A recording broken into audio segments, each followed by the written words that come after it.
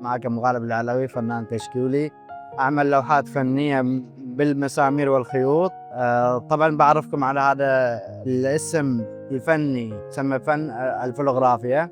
هو فن قديم واندثر، وفي السنوات الأخيرة يعني حول ال7 سنوات 10 سنوات بدأ يظهر بصورة مختلفة وحديثة.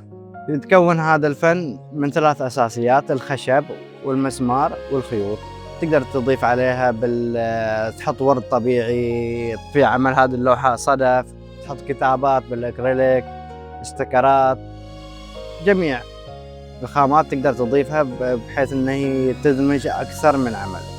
أنا بديت بالفن قبل 4 سنوات، ولما سنحت لي الفرصة بالتجربة لقيتها تجربة جميلة وممتعة. يعني بشكل يومي لازم أشتغل، لازم أثبت مسامير، لازم أعمل لوحات، وحولتها إلى الفن تجاري برضو. يعني فتحت لي حساب لدرجة أني قدمت استقالتي واتجهت مركز على هذه المهارة، وإن شاء الله بإذن الله نتوسع فيها وننشرها في أماكن المملكة كلها.